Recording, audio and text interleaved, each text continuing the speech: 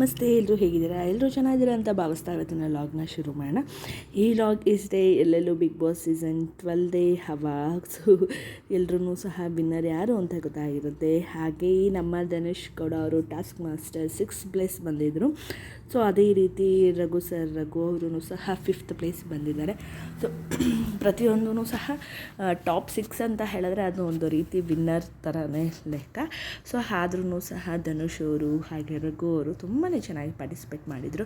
ಜೊತೆಗೆ ಟಾಪ್ 4 ಅಂತ ಬಂದಿದ್ದು ಕಾವ್ಯ ಶೈವ ಅವರು. ಸೊ ಎಲ್ರಿಗೂ ಗೊತ್ತೇ ಇದೆ ಕಾವ್ಯ ಅವರು ಯಾವ ರೀತಿ ಆಟ ಆಡಿದ್ರು, ಹೇಗಿದ್ದರು ಮನೇಲಿ ಅಂತ.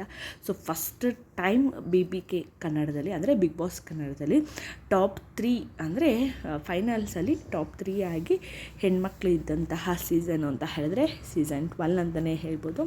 ಸೊ ಕೊನೆಗೆ ನೋಡಿ ವಿನ್ನರ್ ಯಾರು, ರನ್ನರ್ ಯಾರು, ಹಾಗೆ ಸೆಕೆಂಡ್ ರನ್ನರ್ ಅಪ್ ಯಾರು ಅಂತ ಎಲ್ಲನೂ ಸಹ ಇಲ್ಲೇ ಇದೆ.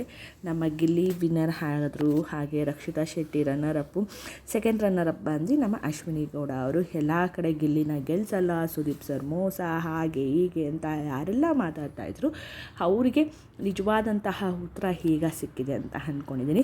ಜನರ ಓಟ್ ಮುಂದೆ ಅಥವಾ ಜನ ಗೆಲ್ಸೋದ್ರ ಮುಂದೆ ಸುದೀಪ್ ಸರ್ದು ಅಲ್ಲಿ ಪಾತ್ರನೇ ಇರಲ್ಲ. ದಯವಿಟ್ಟು ನೆಕ್ಸ್ಟ್ ಯಾರು ಏನೇ ಮಾತಾಡಬೇಕು ಅಂತ ಹೇಳಿದ್ರು ಸಹ ನೋಡಿಕೊಂಡು ಮಾತಾಡಿ. ಕ್ಲಾರಿಟಿ ಇಷ್ಟೇ ಆಗಿದ್ದು. ನಾನು ಸಾಕಷ್ಟು ವೀಡಿಯೋಗಳನ್ನ ಮಾಡಿದ್ದೆ. ನಮಗೂ ವಿನ್ನರ್ ಗಿಲ್ಲಿನೇ ಆಗಬೇಕಿತ್ತು. ಸುದೀಪ್ ಸರ್ ಬಗ್ಗೆ ಮಾತಾಡಿದ್ದಕ್ಕೋಸ್ಕರ ನಾವು ಸಹ ವೀಡಿಯೋ ಮಾಡಿದ್ದು ಅಷ್ಟೇ.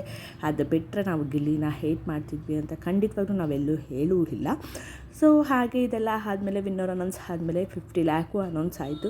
ಅದ್ರ ಜೊತೆಗೆ ಸುದೀಪ್ ಸರು ಸಹ 10 ಲಕ್ಷನ ಯಾರಿಗೆ ನಮ್ಮ ಗಿಲ್ಲಿ ಅವ್ರಿಗೂ ಸಹ ಉಡುಗೊರೆಯಾಗಿ ಕೊಟ್ಟಿದ್ದಾರೆ.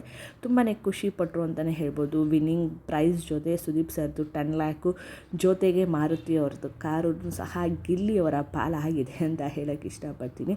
ಸೊ ಪ್ರತಿಯೊಬ್ಬರೂ ಸಹ ಪ್ರೀತಿಸುವಂತಹ ಜೀವ ನಮ್ಮ ಕಿಚ್ಚ ಸುದೀಪ್ ಸರ್ ಅಂತ ಹೇಳೋಕ್ಕೆ ಇಷ್ಟಪಡ್ತೀನಿ.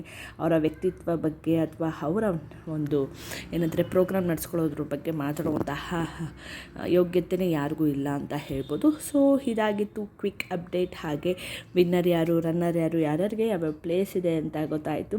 ಇನ್ನು ಇವತ್ತಿಂದ ಸುದೀಪ್ ಸರ್ದು ಹೋಸ್ಟ್ನ ಮಿಸ್ ಮಾಡ್ಕೋತೀವಿ, ಬಿಗ್ ಬಾಸ್ನ ಮಿಸ್ ಮಾಡ್ಕೋತೀವಿ. ಆದಷ್ಟು ಬೇಗ ಬಿಗ್ ಬಾಸ್ ಸೀಸನ್ 13 ಬರುತ್ತೆ.